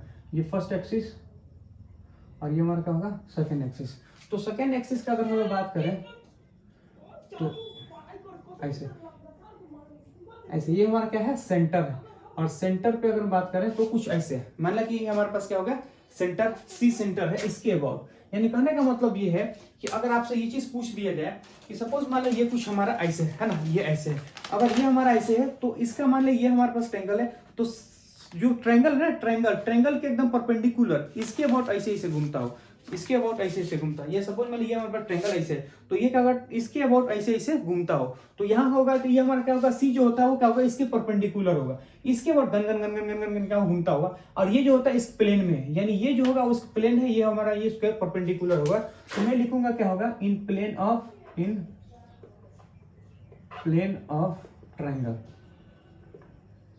इस प्लेन में होगा ट्रायंगल, और इसको बोलेंगे तो ये हमारा क्या होगा परपेंडिकुलर टू प्लेन, है ना, परपेंडिकुलर टू प्लेन, ये प्लेन के परपेंडिकुलर होगा, ये इन प्लेन में होगा, ये परपेंडिकुलर टू द प्लेन होगा। तो अगर तुमसे पूछ दिया जाए कि find the moment of inertia about this axis, तो पूछा जाएगा find the moment of inertia, find the moment of inertia, है ना, find the moment of inertia about shown axis, है ना, शोन एक्सिस, इन दोनों के अबाउट। तो सबसे पहली बात क्या है कि हम लोग फर्स्ट एक्सिस के अबाउट निकालते हैं, यानी क्या होगा अगर वो बोलेंगे इसको 1 मान ले और इसको क्या मान लेते हैं, इसको मान लेते हैं हम लोग 2, तो मोमेंट ऑफ इनर्शिया अबाउट 1 के अबाउट अगर मोमेंट ऑफ इनर्शिया निकालना होगा तो कैसे निकालेंगे। तो सबसे पहली बात है कि 1 के अबाउट अगर मोमेंट ऑफ इनर्शिया निकालना होगा तो निकाल सकते हैं। कैसे, सबसे पहली बात है कि देखिए ये वाला जो मोमेंट ऑफ इनर्शिया 1 में देखेंगे तो ये वाला क्या होता है उसी एक्सिस पे पड़ जाएगा, यानी ये वाला जो मास होता है उसी एक्सिस पे पड़ जाएगा। इसका मतलब कि मोमेंट ऑफ इनर्शिया सिर्फ और सिर्फ इसका निकालेंगे, इसका और इसका। तो हम यहाँ से लिख सकते हैं क्या कि इसका मोमेंट ऑफ इनर्शिया, इसका मोमेंट ऑफ इनर्शिया, तो मोमेंट ऑफ इनर्शिया ये हमारे पास कितना है, ये हमारे पास होगा L/2, तो मोमेंट मास है m L/2 का स्क्वायर इंटू 2। तो यहाँ से देखेंगे क्या होगा m L स्क्वायर, ये कितना का 4 इंटू 2, तो यहाँ से हम लोग देखने के जाएंगे तो ml स्क्वायर बाई 2। तो ये मोमेंट ऑफ इनर्शिया जो होगा वो क्या होगा ml square by 2, ml square by 2, यानी moment of inertia of A triangle का बात करेंगे तो ml स्क्वायर बाई 2 हो जाएगा। अब हमें क्या करना है, मोमेंट ऑफ इनर्शिया निकालना है इस सेंटर के अबाउट, है ना, यानी मोमेंट ऑफ इनर्शिया अगर बात करें तो एक्सिस ऑफ 2 के एक्सिस के अबाउट, 2 के एक्सिस के अबाउट हम लोग कैसे निकालेंगे। तो अगर हम लोग देखेंगे कि मास तो हमारा m है, तो हमें परपेंडिकुलर डिस्टेंस चाहिए, तो परपेंडिकुलर डिस्टेंस कैसे निकालेंगे उस चीज को देखिए। तो सबसे पहली बात है कि ये हमारा ट्रायंगल बना लेते हैं,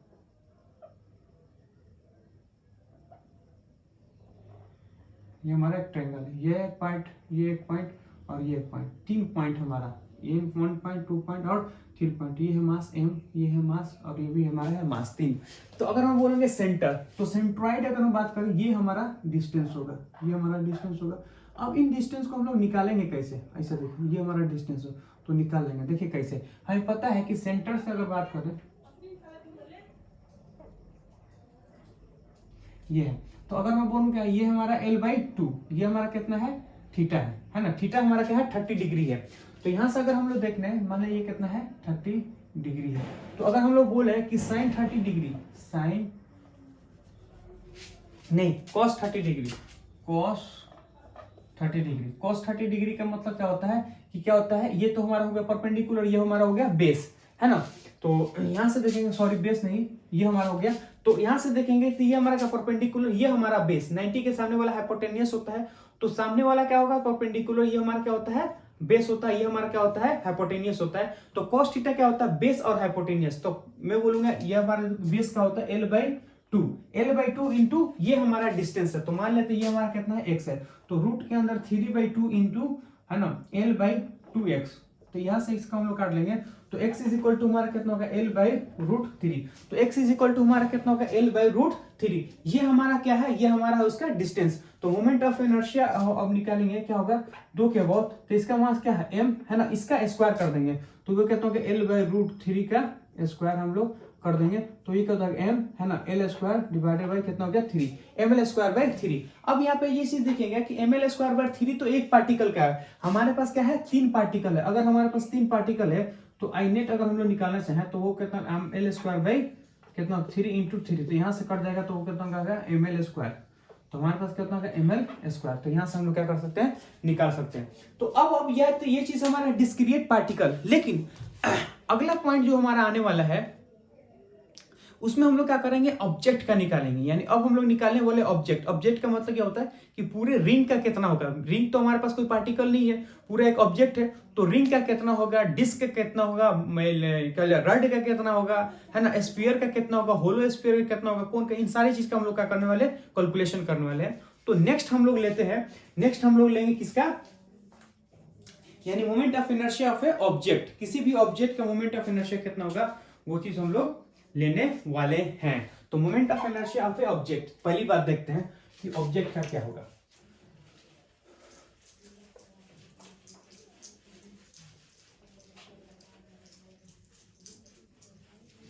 moment of inertia of A object. तो अगला हम लोग का जो हेडिंग होगा वो होगा moment of inertia, moment of inertia of object, moment of inertia of object. किसी भी ऑब्जेक्ट का मोमेंट ऑफ इनर्शिया कितना होगा वो चीज हम लोग निकालेंगे। तो सबसे पहला जो ऑब्जेक्ट आता है उसको कैसे निकालेंगे, तो देखिए हमारे पास पता है कि मान लेते हैं कोई हमारे पास एक बॉडी है ना, लेट्स से सपोज मतलब ये, तो ये हमारा कोई ऐसा बॉडी है ना, ये कुछ ऐसे, और ये जो है ना इसके अबाउट अगर ओमेगा से वो घूम रहा है। मान लो ये एक बॉडी है, इसके about gun gun gun gun gun gun क्या कर रहा है, मान लो ये एक बॉडी है, इसके अबाउट क्या कर रहा है, वो ओमेगा से घूम रहा है। ये पूरा बॉडी इसके अबाउट वो ओमेगा से घूम रहा है। तो हमें क्या करना है, मोमेंट ऑफ इनर्शिया निकालना है। तो इसको कैसे निकालेंगे, तो देखिए हमको पता है कि, या फिर ऐसे समझो कि ऐसे इसके अबाउट वो घूम रहा है ना, सॉरी ये है, इसके अबाउट वो ओमेगा से घूम रहा। तो हम लोग ये चीज देखेंगे कि किसी भी डिस्टेंस पे गए, है ना, कोई भी डीएम मास पार्टिकल को ले ले, मान लेते ये पार्टिकल है जिसका मास क्या है, डीएम है, और आर डिस्टेंस पे। तो डीएम मास है, ये कितना है, डीएम मास है, आर डिस्टेंस पे। तो इसका मोमेंट ऑफ इनर्शिया अगर हम लोग निकालें तो moment of inertia is equal to DM into R का स्क्वायर।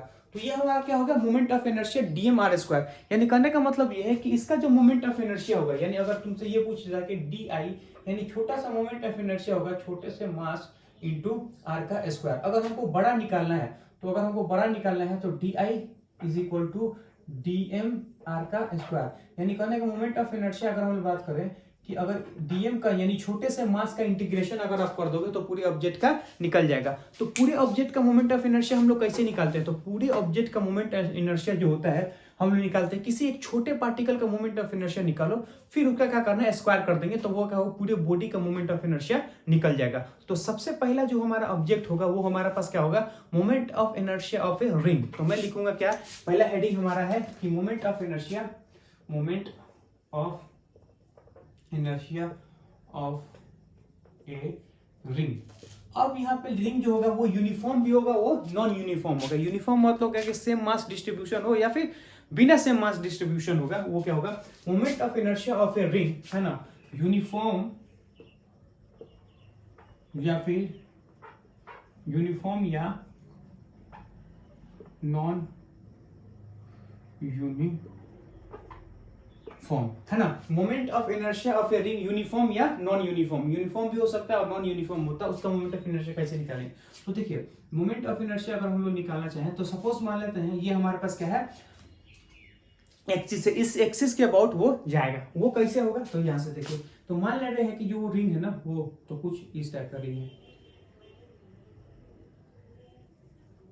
ये हमारे पास रिंग है ना, ऐसे। तो आप ऐसे समझो कि ये एक्सिस है, इसके अबाउट ऐसे ऐसे ऐसे ऐसे ऐसे कर घूम रहा है, ये एक्सिस इसके अबाउट ऐसे ऐसे ऐसे घूम रहा है। तो यहाँ से हम लोग देखना चाहें तो यहाँ से देखेंगे कि हम क्या करेंगे, किसी भी आर डिस्टेंस पे गए, यानी कहने का मतलब कि छोटा सा डीएम मास को कंसीडर कर लेंगे, है ना। तो ये हमारे पास क्या होगा, डीएम मास। तो मोमेंट ऑफ इनर्शिया अगर डीएम मास देखें तो वो कितना डिस्टेंस पे, आर डिस्टेंस पे होगा। तो मोमेंट ऑफ इनर्शिया बेसिकली होगा डीएम मास, है ना, इंटू आर स्क्वायर। तो डीएम मास हमारा कितना है, डीएम मास, है ना, आर का वैल्यू हमारा कितना हो, कैपिटल आर के स्क्वायर।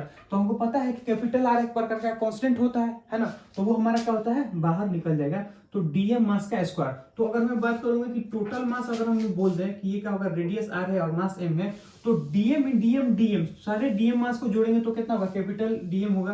तो एम आर स्क्वायर, तो ये होगा moment of inertia of a capital M का स्क्वायर, तो ये होगा मोमेंट ऑफ इनर्शिया। ठीक, ये किसका है? Moment of inertia of a ring. अब यहाँ पे ये चीज देखिएगा कि moment of inertia of a ring का बात करें तो अगर आपसे पूछा जाए कि ये हमारा है फुल रिंग, लेकिन अगर आपसे ये चीज पूछी जाए कि हमारे पास सिर्फ एक आर्क है रिंग का, है ना, वही एक्सिस है ना, सिर्फ और सिर्फ हमारे पास क्या है? एक रिंग का एक पार्ट है, कुछ ऐसा, है ना, कुछ लाइक दैट, ये कुछ ऐसा, ये थीटा, तो इसका मास क्या है? Radius R. तो moment of inertia of a this ring यानी इस पार्ट का मोमेंट ऑफ इनर्शिया अगर हम निकालना चाहें तो कैसे निकालेंगे? तो इसका मास क्या है? एम, इसका रेडियस क्या है? ए। तो मैं बोलूंगा इसका मोमेंट ऑफ इनर्शिया अगर हम लोग निकालना चाहें तो इसका भी मोमेंट ऑफ इनर्शिया कितना होगा? एम आर स्क्वायर के बराबर।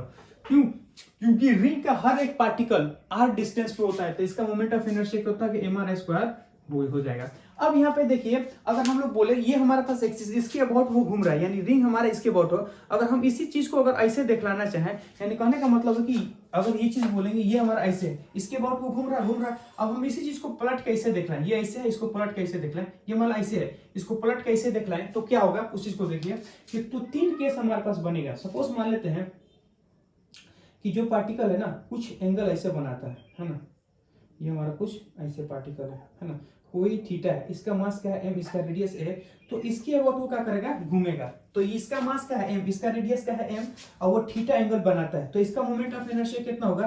तो इसका जो मोमेंट ऑफ इनर्शिया होगा वो होगा एम आर स्क्वायर, है ना, यानी इसका मोमेंट ऑफ इनर्शिया देखेंगे तो हमारे पास एम आर स्क्वायर के बराबर। क्यों? क्यों हर एक पार्टिकल कितना हो गया? एम डिस्टेंस पे है, तो इसका मोमेंट ऑफ इनर्शिया जो तो होगा वो होता है एम आर स्क्वायर होगा। ये हमारा हो गया फर्स्ट केस। सेकेंड केस का अगर हम लोग बात करें तो वो हमारे पास कैसे होगा? तो वो अगर बात करें तो ये हमारा कुछ ऐसे हो जाएगा, है ना, ये बात करें तो ये हमारे पास है। तो अगर हम लोग बात करें तो ये हमारे पास क्या है? इसका मास एम है, इसका रेडियस आर है, इसके अबाउट हम लोग निकालेंगे, इसके अबाउट ऐसे ऐसे घूमेगा, तो इसके पास भी तो मोमेंट ऑफ इनर्शिया जो होगा वो होगा एम आर स्क्वायर के बराबर होगा, है ना। तो ये ऐसा हो या फिर सपोज मतलब क्वार्टर रिंग हो, क्वार्टर रिंग मतलब कुछ ऐसे, है ना, ये कुछ ऐसे, इसका मास क्या एम, रेडियस आर है। तो यहाँ से अगर हम लोग बोलना चाहें तो इसका मोमेंट ऑफ इनर्शिया जो होगा वो हमारा कितना होगा? एम आर स्क्वायर के बराबर हो जाएगा। तो या तो इसके केस में हो, इसके केस में, ये कि तीनों केस में सब में मोमेंट ऑफ इनर्शिया जो होता है वो क्या होता है? सेम होगा, एम आर स्क्वायर के बराबर होगा। क्यों? क्योंकि सारे एक पार्टिकल जो होता है वो आर डिस्टेंस पे है, तो अगर आर डिस्टेंस पे है तो मोमेंट ऑफ इनर्शिया कितना? एम इंटू आर के स्क्वायर। तो ये होगा moment of inertia of a uniform ring. अब हम लोग लेते हैं moment of inertia of a disc. Disc का मोमेंट ऑफ इनर्शिया कितना होगा वो चीज को हम लोग कवर करने की कोशिश करते हैं।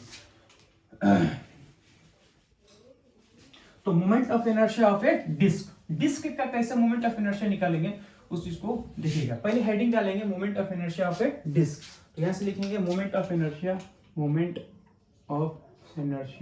Of disc. Moment of inertia of a disc का मोमेंट ऑफ इनर्शिया, इसमें जो होगा वो सिर्फ और सिर्फ क्या होगा? यूनिफॉर्म होगा, नॉन यूनिफॉर्म नहीं चलेगा। तो यहां से लिखेंगे क्या है? यूनिफॉर्म होना चाहिए, नॉन यूनिफॉर्म नहीं होगा। कैसे होगा उस चीज को देखिए। सपोज मान लेते हैं कि ये हमारा कोई एक्सिस है ना, ये हमारा कोई एक्सिस है, ये एक्सिस का मतलब होता है कि इसके अबाउट वो क्या करेगा? घूमेगा, है ना। तो मैं ये चीज बोलूंगा कि सपोज मान लेते हैं कि हम क्या करते हैं, एक डिस्क को कंसीडर कर लेते हैं, दिस इज ए डिस्क, है ना, ये हमारा है डिस्क जिसका मास क्या है? एम, और जिसका रेडियस क्या है? आर है, और इसके अबाउट वो घूम रहा है। ये हमारा डिस्क जिसका मास एम है, रेडियस आर है, इसके बाद वो डिस्क ऐसे ऐसे रोटेट कर रहा है। तो अगर तुमसे ये चीज पूछी जाए कि इसका मोमेंट ऑफ इनर्शिया कितना होगा, इसका मोमेंट ऑफ इनर्शिया कितना होगा, वो हम लोग कैसे निकालेंगे उस चीज को समझने की कोशिश कीजिएगा। देखिए मोमेंट ऑफ इनर्शिया हमको निकालना है, इसको कैसे करेंगे? तो इसको हम लोग डेरिवेशन करते हैं। कैसे डेरिवेशन करेंगे? हम लोग क्या करेंगे, किसी भी आर डिस्टेंस पे गन, है ना, कोई सा भी सिंपल इस डिस्क के अंदर किसी भी आर डिस्टेंस पे जाके, है ना, एक छोटा सा ऐसे आर डिस्टेंस पे गन, है ना, ये हमारा है आर डिस्टेंस, ये कुछ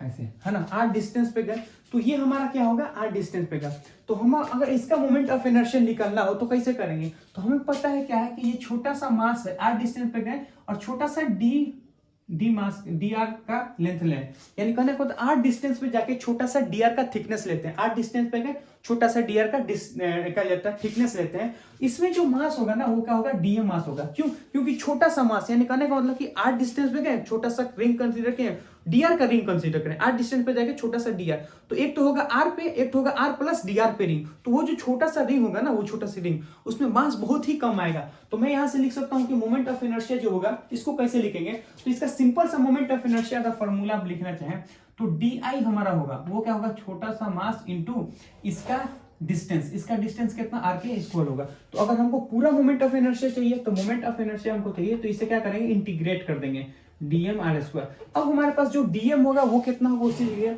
हमको पता है कि टोटल मास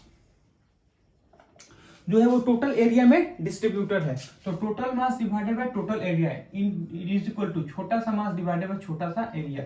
ये हमारा पास क्या होता है, मास पर यूनिट एरिया। बड़ा मास बड़े से एरिया, छोटा मास छोटे से एरिया, है ना। तो यहां से अगर हम लोग डीएम मास निकालना चाहें, डीएम मास अगर निकालना चाहें M into A into D A, तो मास हमारे पास कितना है, टोटल मास अगर हम बात करें वो हमारा कितना है, एम है। तो this is A total mass, हमारे पास क्या होगा, टोटल मास। इसका एरिया हमारे पास कितना है, तो इसका एरिया जब देखें तो पाई आर स्क्वायर होता है, तो इसका एरिया जो होता है वो कितना होता है, pi R square into D area. D area का मतलब होगा इस छोटे से एरिया में कितना होगा। तो सबसे पहली बात है इसका एरिया होगा कितना, तो देखिए अगर हम बात करें ये लेंथ है ना, तो ये अगर मैं बात करें आर डिस्टेंस में देंगे तो 2 पाई आर का लेंथ होगा। अरे कितना होगा, 2 पाई आर का लेंथ, तो ये कितना होगा, 2 पाई आर का लेंथ। इसका जो थिकनेस होगा वो कितना होगा, डी आर का थिकनेस होगा, ये हमारा है डी आर का थिकनेस। तो 2 आर हमारा पास क्या है, 2 पाई आर हमारा क्या है, उसका लेंथ है, डी आर हमारा क्या है, थिकनेस है। तो इसका मोमेंट ऑफ इनर्शिया अगर इसका एरिया निकालना चाहे, यानी ये जो हमारा पूरा एरिया होगा वो कितना होगा, वो होगा 2 पाई आर इंटू डी आर। तो यहां से हम लोग इसको कट कर देंगे, तो ये हमारा क्या एम है ना, 2 R into D R by R square.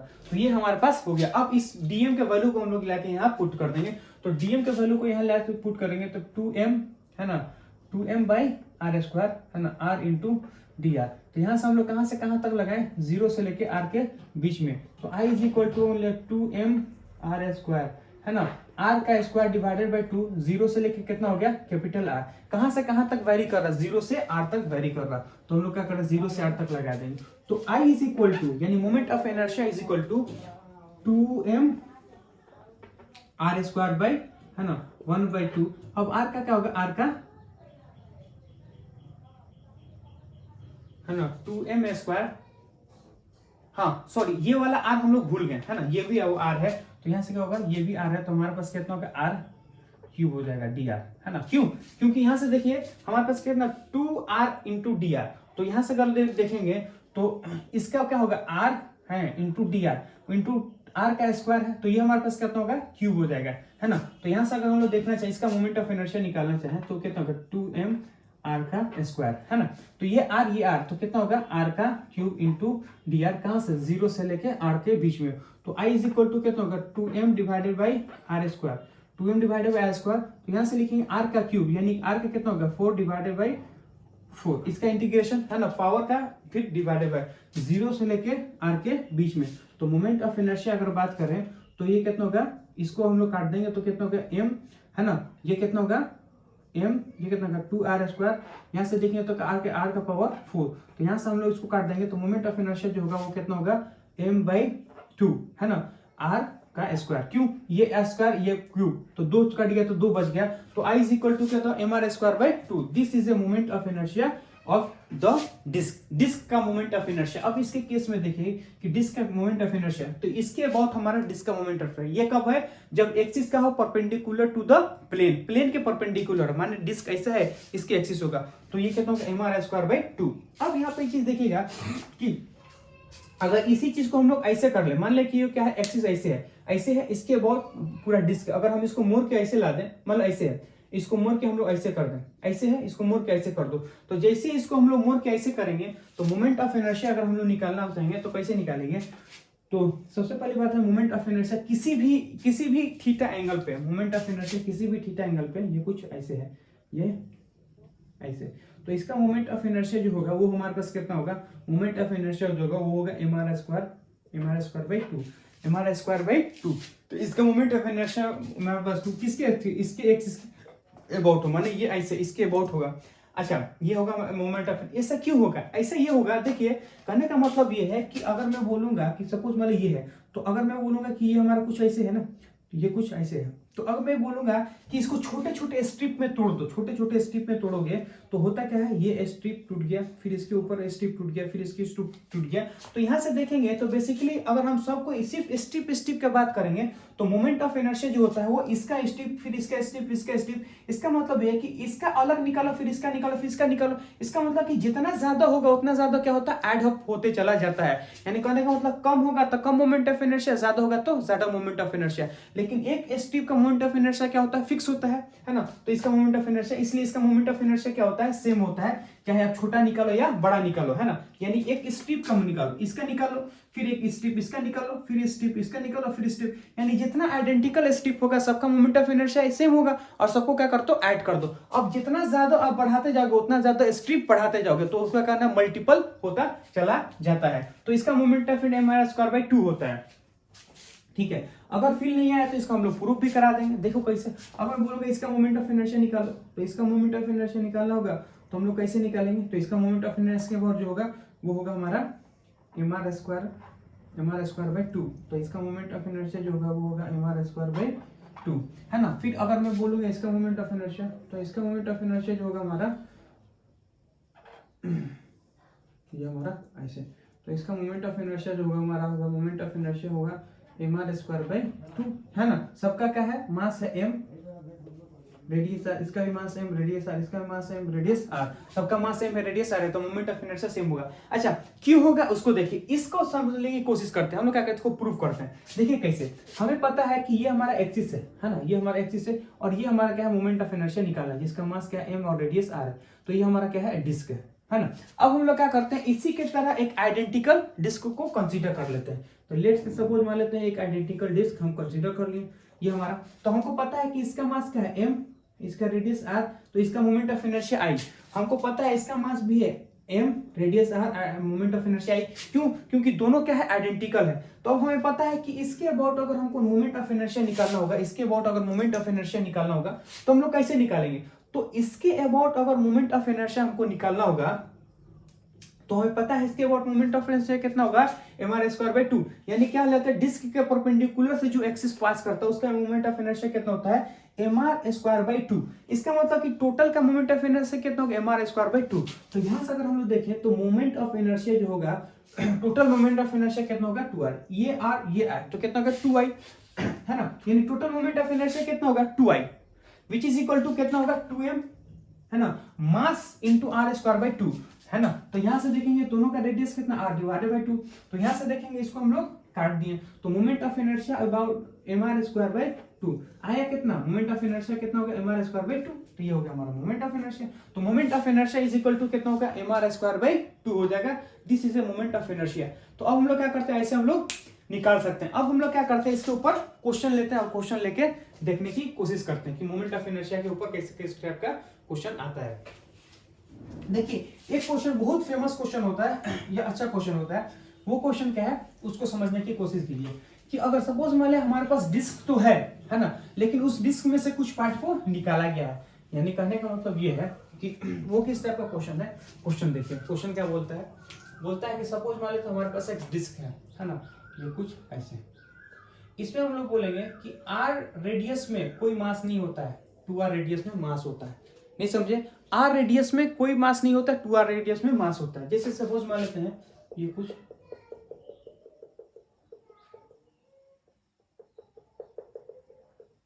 है ना, तो ये हमारा कितना होता है r1 और ये हमारा कितना होगा r2। r1 हमारा r2, दो हमारे पास क्या है, डिस्क है, यानी r1 ये r2, यानी कहने का तो जो मास होता है ना वो क्या होता है r2, r1 से r2 के बीच में ही मास है, बीच में मास नहीं है, यानी इसके बीच में ही है। अब तो इससे हम लोग बोले इसका जो मास है वो क्या है, m है। तो इसका मोमेंट ऑफ इनर्शिया हमें निकालना है। Find the moment of inertia, find the moment of inertia about this axis. तो find the moment of inertia about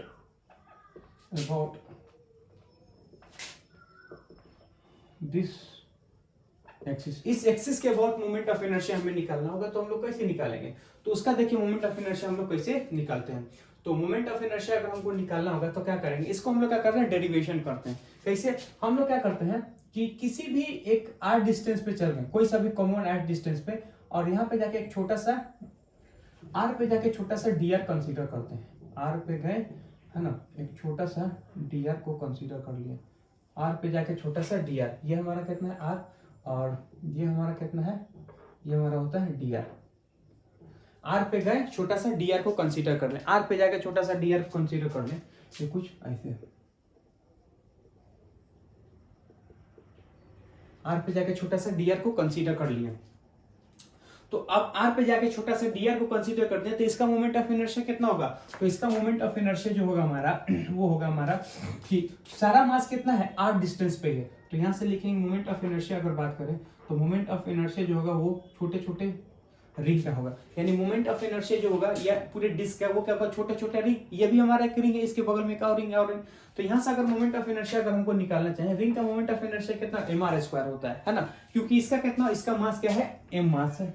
और कितने डिस्टेंस पे, सारे के सारे पार्टिकल जो होते हैं वो आर डिस्टेंस पे है, तो यहाँ से होगा आर का स्क्वायर। अब हमें क्या करना है, इसका इंटीग्रेशन करना है। तो हमें इंटीग्रेशन अगर करना है तो हमें क्या चाहिए, इसका मास चाहिए। तो हमको पता है कि टोटल मास जो है वो कितना है, एम है। एम हमें टोटल मास दिया है, कितने दूर में इसको डिस्ट्रीब्यूट किया गया है, तो इसको डिस्ट्रीब्यूट किया गया R1 से R2 के बीच में। इसका मतलब ये है कि जो एरिया होगा, बड़े से एरिया में से छोटे से एरिया को घटाना होगा।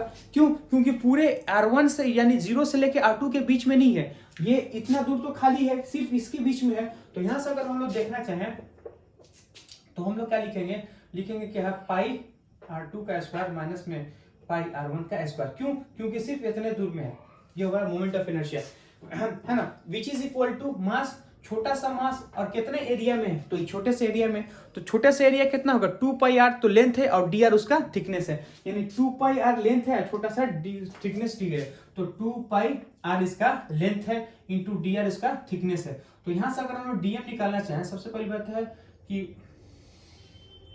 पाई पाई पाई को खत्म कर दो और 2r को यहां लेके चल जाओ, तो ये कहता हूँ 2m dr है ना, 2m dr इंटू आर, ये चीज हमारा, ये इधर और ये दोनों इधर, और यहां से होगा क्या होगा, R2 स्क्वायर माइनस में R1 का स्क्वायर, है ना, R2 माइनस R1 का स्क्वायर इज इक्वल टू, ये हमारा क्या होगा, डीएम मास। अब हमें क्या करना है, इसका इंटीग्रेशन कर देना है। तो अब मोमेंट ऑफ इनर्शिया, डीएम मास हमारा कितना होता है, ये होता है हमारा डीएम मास, तो वो कितना होगा, 2m है ना, r into D R into R square, क्यों, ये वाला, डिवाइडेड बाय ये कितना होगा, R2 स्क्वायर माइनस में R1 का स्क्वायर। इसको करना इंटीग्रेशन। हमें पता है कि जो भी कांस्टेंट होता है इंटीग्रेशन के बाहर आ जाएगा, तो इंटीग्रेशन के बाहर कौन कौन सी चीज बाहर आएंगे, तो 2m बाहर आ जाएगा, तो 2m हमारा बाहर आ गया, ठीक।